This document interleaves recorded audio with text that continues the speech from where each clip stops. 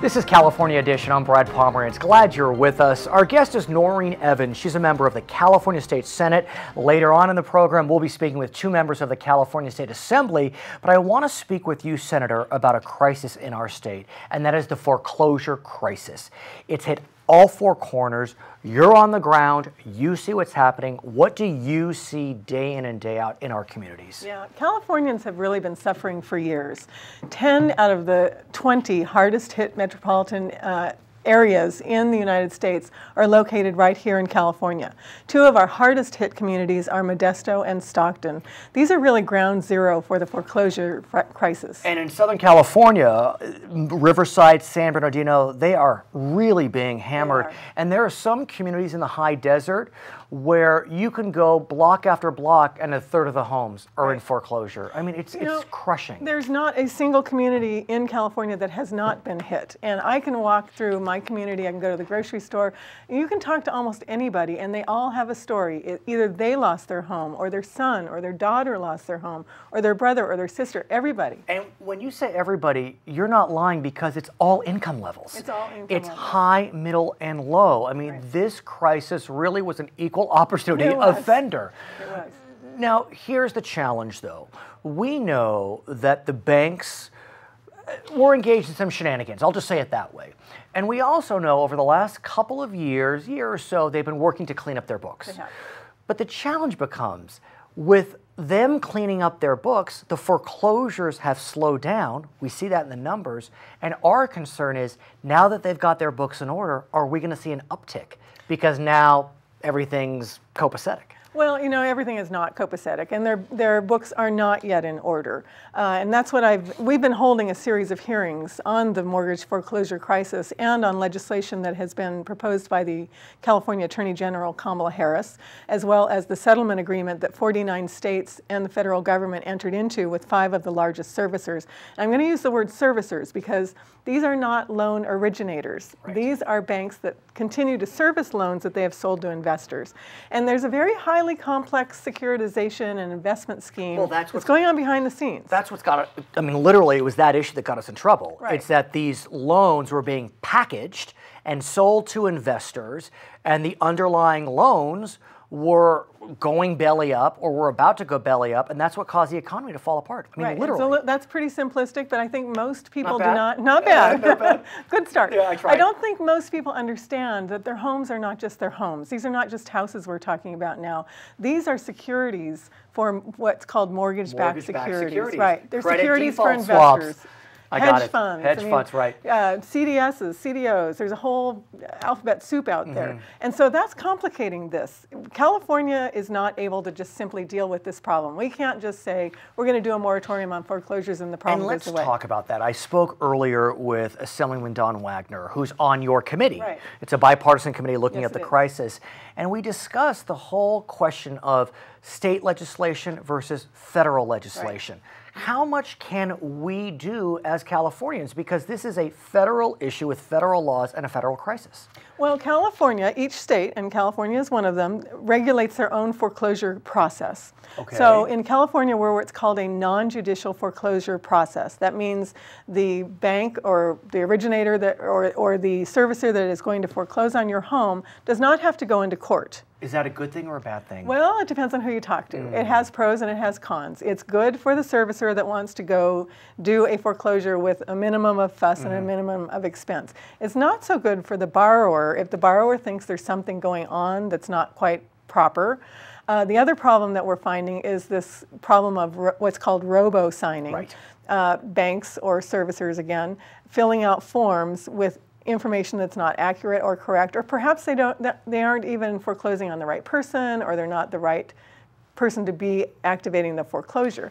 That's been happening nationwide. In a non-judicial foreclosure state, though, the courts don't have the opportunity to look over that paperwork and say, hey, there's a mistake here. So as part of the legislation that Attorney General Harris has proposed, are we looking at the issue of judicial versus non-judicial foreclosures? No, that will not change. Okay. That will not change. Because? Because that would take a wholesale revision of our laws that relate to foreclosure. It would be a huge change. So let's focus on what the proposal does do. which is? Well, no, the proposed legislation is based on this 49 states settlement agreement, which $25 billion. $25 billion, and it's groundbreaking. It's signed by 5 of the largest servicers, including Wells Fargo, Bank of America, J.P. Morgan Chase. Who's in the news. Who's in the news these days. We're not real comfortable with what's happening there. But so the settlement agreement itself forms the basis for the legislation. And the settlement agreement, in addition to providing funds for modifications, et cetera, it also provides certain standards that the servicers must meet when they're foreclosing on somebody or when they're negotiating a loan modification. And it's those standards that we're really concerned about. Because we can't mandate that a particular servicer give a particular borrower a specific modification. We are providing, in this settlement agreement, financial incentives to do that, but we can't by law mandate any particular outcome. So what we're trying to do is build into the law specific standards that the servicer must meet so that the borrower gets treated fairly. What about the notion of what we call strategic defaults? You know, so many of us are concerned about our neighbors, and we hate to see them go through foreclosure. But now we see a trend, and I'm not saying it's a big one, where people they're gaming the system. They literally see that they can stay in their home for a year, not pay, then they'll try to get a workout, and it's, you know, it's the strategic default notion. Well, the first thing I'd say is if you want to talk about gaming the system, I think we need to look at the banks' behavior themselves over the past few years, as well as investors and others that have been involved in gaming this system to the tune of billions and even trillions of dollars required for taxpayer bailouts. Right. We know without a doubt, I mean, it's uncontested that people were put into loans they never should have been put into. Exactly. And they were signing documents they didn't know what they said, or were told they said one thing and said another. Exactly. That's uncontested. Right. Okay, but we can't, I mean, that forms the backdrop for this discussion. But on the specific issue that you've raised, first of all, I've never been able to get a good definition of what is a strategic defaulter. And the stories that we've been hearing, and we've been having homeowners come in and testify in our committee, is one of people are defaulting because they're being advised by the servicer that they must go into default before they can get a modification. Which is crazy. That's crazy. Right. Now, so I would can never, the new law change that? Well, that's the hope. Again, that we'll provide a transparent, clear process where everybody knows what is supposed to happen, and it will be fair both to the servicer and to the borrower. I've heard what you just described countless times, and it really makes no sense because then it affects their credit. It needn't affect their credit. If they're working with the bank, that shouldn't be a ding. Exactly, and there are alternatives to foreclosure, such as a short sale. Right. And now a lot of the servicers are starting to encourage short sales and making it easier to get them. My very first purchase in the 90s was a short sale, and it worked out just fine. Right. I mean, it wasn't a huge ding for the seller, and I was able to get a good price. And you know, another thing, when you go into foreclosure, people tend to forget these are people that have put their life savings as a down payment to their homes. Most of them. Some of them got zero down payment loans. Which is wrong. But many of them did not. So they're losing $20,000, $30,000, $40,000, $50,000, all the money they've saved, plus all the money that they paid in taxes and maintenance and improvements on those properties. They're losing everything. So, and it impacts the neighborhood. Let's not forget that. I mean, when you have foreclosures in your neighborhood, there's blight and there's decreased value. Decreased value, everybody is affected. That's why I started out earlier by saying not a single person in the state of California is unaffected by this. Well stated. Somebody in their family has lost a home, their home is Senator, being talk to us reduced about the status of the proposed legislation, because so many Californians need help. About 570,000 right now are in the foreclosure pipeline. Help can't come soon enough. No, you know, 500 families in the state of California on the average have lost their homes every day. You said that, yes. Help cannot come fast enough, and that's one of the things I'm hoping that we can do is get an agreement within the legislature to pass some package of legislation that implements the settlement agreement. Now, remember, the settlement agreement is already there, so it's homeowners are already being helped. Our purpose is to make sure that borrowers can enforce the settlement agreement, and that the settlement agreement, when it's enacted into statute, applies to other servicers other than the 5 that signed it. Senator, will you come back and tell us more about the status of this legislation? Her name is Noreen Evans. She's a member of the California State Senate. When we come back, we'll be speaking with a member of the California State Assembly. His name is Das Williams. I'm Brad Pomerance. We'll be right back on California Edition. For the 2011-12 academic year, California experienced the highest average public university tuition increase in the nation, 21%. Which state had the lowest? Connecticut, Florida, Texas, or Washington? Connecticut and South Carolina increased their public university tuition by the lowest percentage, 2.5%. Welcome back. It's California Edition. I'm Brad Pomerance. Our guest, Das Williams, he's a member of the California State Assembly. And sir, I want to speak with you about higher education in our state. In 2005, it cost about $6,000 to go to the UC, about $2,000 to go to CSU. On the UC side, that's more than doubled. On the CSU side, it's almost tripled. Talk to me about what you hear about those statistics in your district and around the state. Well, I think it's very serious. Number one, I see many students not being able to keep up with the rise. I've known many students myself that have had to go into the military or leave college to do other things, and that could affect their earning power throughout the rest of their lives. But I also think we should think about it not just at how it hurts individual people, but how it hurts the economy of the state.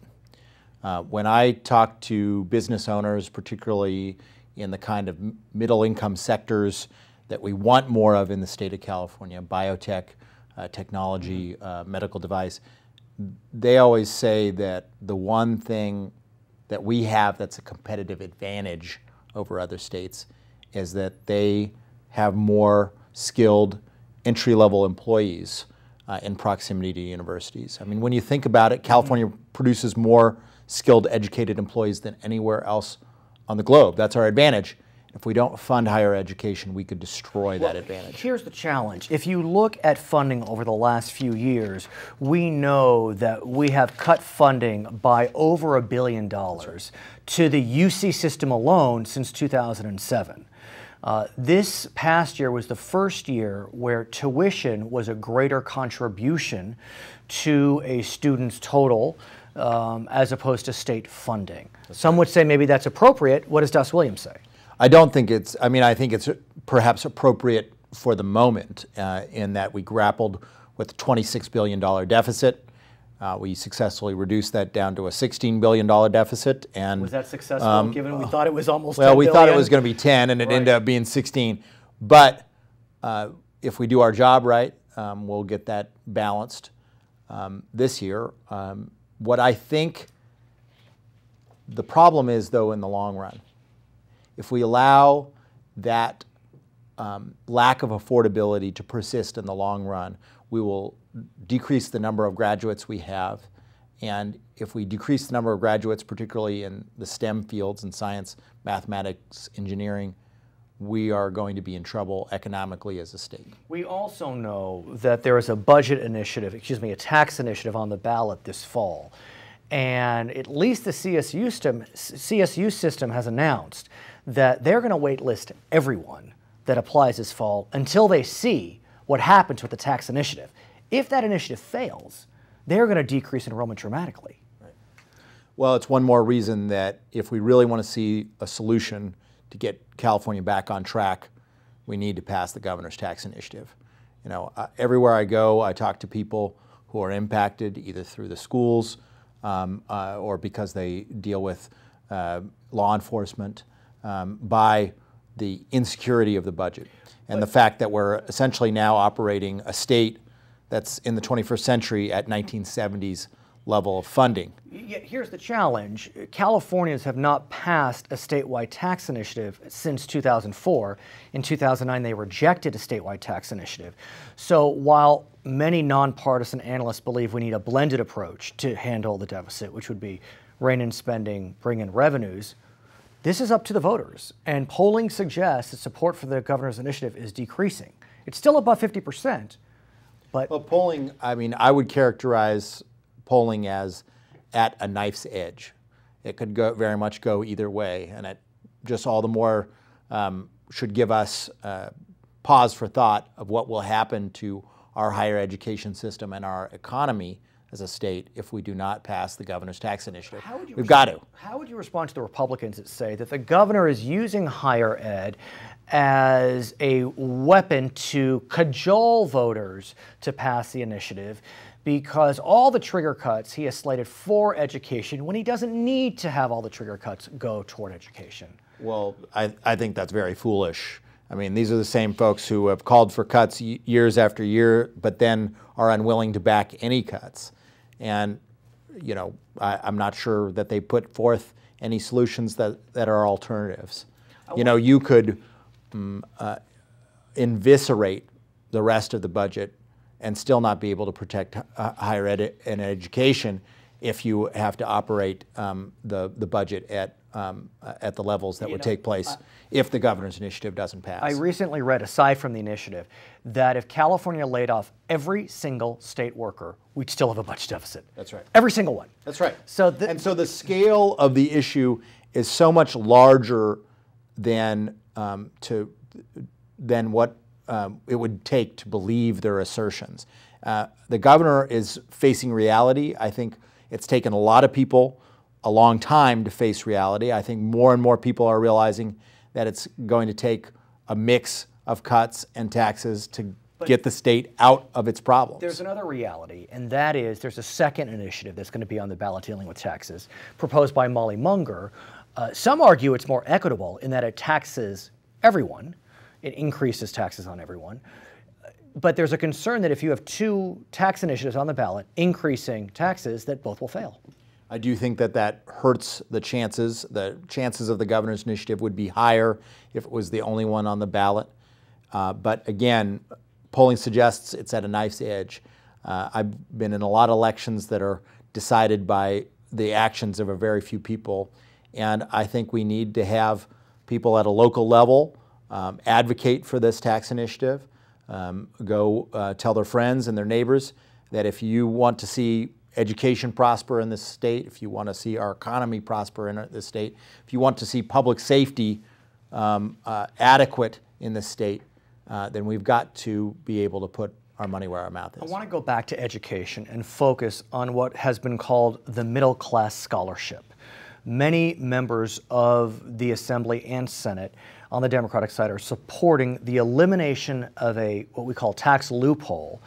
And by closing that loophole, the approximately $1 billion would be funneled to scholarships for middle-class students at public universities. Where do we stand on this proposal? I've spoken with many members about it. It seems to be on top of mind. Well, I'm a proud co-author of the measure. I think the Speaker has taken this in the right direction. It's a significant amount of money. It would essentially roll back most of the cuts that were made last year to higher ed. But instead of giving it to the university, where there's maybe less public trust that they would spend it in a way that most directly benefits students, it would be defray the costs of the tuition, of the fees. And it would essentially defray up to 2/3 of the cost of attending a public university. Here's the challenge, though. Under our state constitution, we can now pass a budget with 50% plus one as a result of an initiative passed in 2010. But for taxes, you still need 2/3. Right. Last year, your colleagues were able to, quote, pick off 2 GOP members to support the repeal of this loophole, but it failed in the Senate. That's right. So what's the path to success? I think that there needs to be enough people that are students and enough people who are faculty, enough people that are administration, say to all the Assembly members, you know, look, it's not enough to say that you support higher education. You've got to vote for money. I mean, in this environment more than any other, it is meaningless to say words like we need to prioritize education without being willing to vote for money for it. It's just logically inconsistent when we are in this fiscal environment. Could it be that you need to wait until next session when some new members come in on the Republican side, 5 of whom that are running have said they're not signing no new tax pledges? Well, we'll keep on trying. And I do think that the Democratic majority will improve in the Senate in the next election. His name is Doss Williams. He's a member of the California State Assembly. When we come back, we'll be speaking with Assemblymember Steve Knight, also about public education and how certain teachers are terminated or not. My name is Brad Pomerance. We'll be right back on California Edition. What percentage of student loan balances currently top $25,000? 21.8, 27.8, 35.8, or 41.8%. According to the New York Fed, in March 2012, 27.8% of all student loan balances topped $25,000. Welcome back to California Edition. I'm Brad Pomerance. Our guest, Steve Knight, member of the California State Assembly. He's also running for the California State Senate. And I want to speak with you about an issue that many Angelenos know a lot about, and that is misconduct by teachers or public school staff. Set up the scenario for us. It came out of a tragedy at Miramonte Elementary School in LAUSD. Well, the problem was this Miramonte Elementary School teacher did a lot of things that were horrible, and to say the least. To say the very least.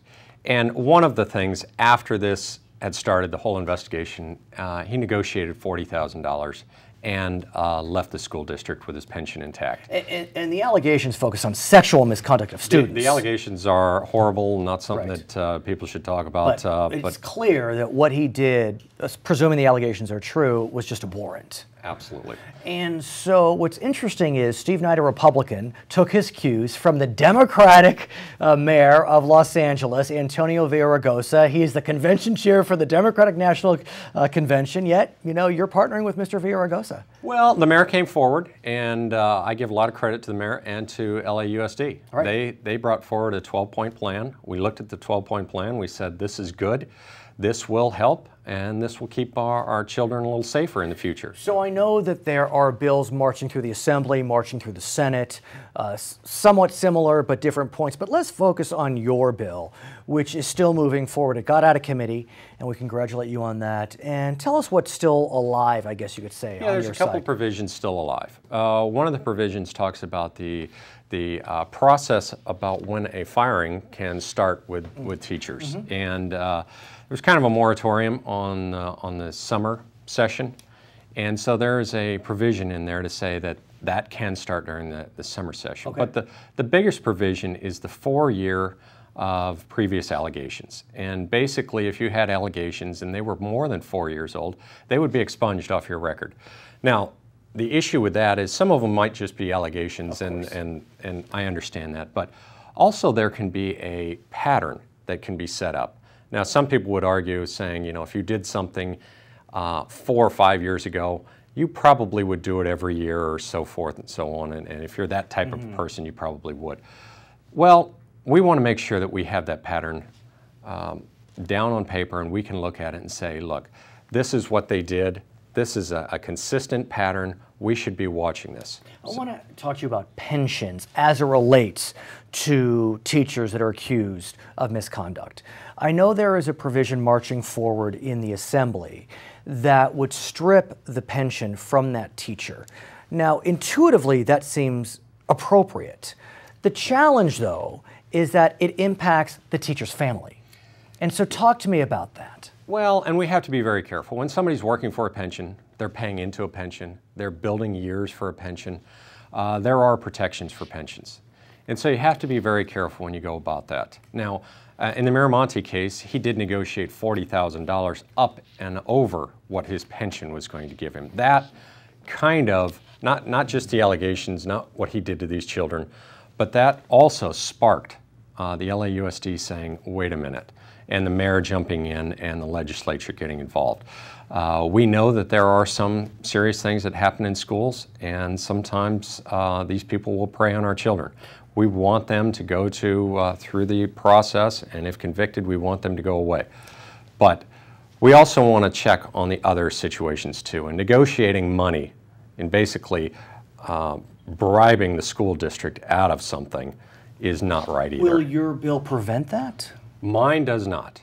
Now, there is another bill that's moving forward the Senate, and Senator Alex Padilla is working toward several other issues that LAUSD has been talking about. So if both pass, they go into conference, we see what happens next. Correct. I want to talk about the budget, if we may.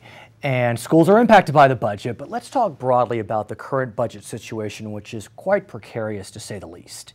We know that the budget deficit has grown beyond what we expected. It was $9.2 billion. We now hear from the governor $16 billion. The chief legislative analyst thinks it could be $17 billion. You've been in the Assembly for, is it 5 years now? 3.5. Oh, 3.5 years. So you've seen some tough fiscal times. This not as bad as others, but talk to me about this. Still pretty bad. When I started, we had a $42 billion deficit. Now we have worked it down little by little, but every time you work it down, you take some things off the table too, so it makes it a little bit more difficult. The $16 billion, one of the issues that I am very worried about is the trigger cuts and the triggers to our education system. I believe that the trigger cuts were placed in there by the governor as a negotiating leverage against the Republicans to get votes for taxes. And let's explain that, because I think it's important for our viewers to understand. We will have a ballot initiative in November, correct, which would increase taxes, sales tax by 1/4 cent for 4 years, increase income tax on the wealthy for 7 years. If that initiative does not pass, the governor has set up a formula whereby the lack of revenue will be cut almost exclusively from schools. Basically, 99% of the cuts will be triggered onto education. But let's back up, and I understand the frustration. You know, we're in a very significant fiscal crisis, and you know, economists left, right, and center, they talk about you need a balanced approach. And currently, every member of the Assembly on the GOP side has said they will never vote for a new tax. Now, as a taxpayer, that may sound quite appealing, but if you just keep cutting, and there's no balanced approach, it can impact people. Well, let's understand one thing, Brad. Our revenues are growing at this point. We are getting more money into the state. It's getting better. So, not that we can count on a rosy outlook and say that everything is going to be fine, but the people are very upset. If you remember the 1A vote 2 years ago to extend their taxes on themselves, they voted no. But it was a different time. I understand. And it was Governor Schwarzenegger, not very popular. But you're also seeing a government that is continuing year after year, saying we're running a deficit. And I think that people are going to see that when they go to the ballot, and they're going to say, you know what, I don't want to give them any more money. But where do we find the money then to close the deficit? You know, I believe that there is waste, fraud, and abuse. I believe it. I believe there's inefficiencies, but $16 billion worth of inefficiencies? Remember, the Republicans crafted a budget last year. Didn't take $1 out of education, didn't take $1 out of public safety, and we balanced a budget. It can be done. Now, some programs are going to get cut. There are going to be some services that are not going to be provided. That is the fact. But we can prioritize and we can balance this budget. I want to talk about spending. The Republican Party, I think, has effectively spoken to voters about California spending too much. That's a message we hear year in and year out. That being said, I never really knew, you know, is that number true? Where is it coming from? Well, we are spending more this year than we did last year. But even the governor has said in the recent May revise that we are spending $2.1 billion more than anticipated. So when I hear Republicans say we have a spending problem, the governor appears to agree. So what can we do, Assemblyman, to get control of this spending problem? We have a revenue problem too. I'm not trying to say we don't. We do. But what do we do about the spending side? And this is a very long conversation, but basically, if you can't get people back to work, you are not going to create more taxpayers. You're not going to bring more revenue in. But the spending, I really want to, because that is a Republican mantra. We're spending too much. Absolutely, absolutely. So and you've got to look at the legislature and say that, you know, we've had bills to limit the amount of bills that the legislature can do. Those have been shot down. Right. We've had bills that go in there and limit what money can be spent on certain bill, on all bills. Those have been shot down. So we're trying to get to a point where the legislature doesn't spend and doesn't put more burden on the deficit. But we've also got to get some connection from both sides to say, we're on board. But we want to do this. Get this. a connection on the question of taxes? I mean, I know that 5 new candidates from the GOP are refusing to sign no new tax pledges. Well, I think that we're going to see that in November. We're going to see whether the people really believe that that's the right thing to do or not. Okay. Now, this budget will be a little bit different because there aren't taxes on the table. So we're going to have to balance this budget. His name is Steve Knight. He's a member of the California State Assembly. He's running for the California State Senate. My name is Brad Pomerance. Thank you so much for watching California Edition.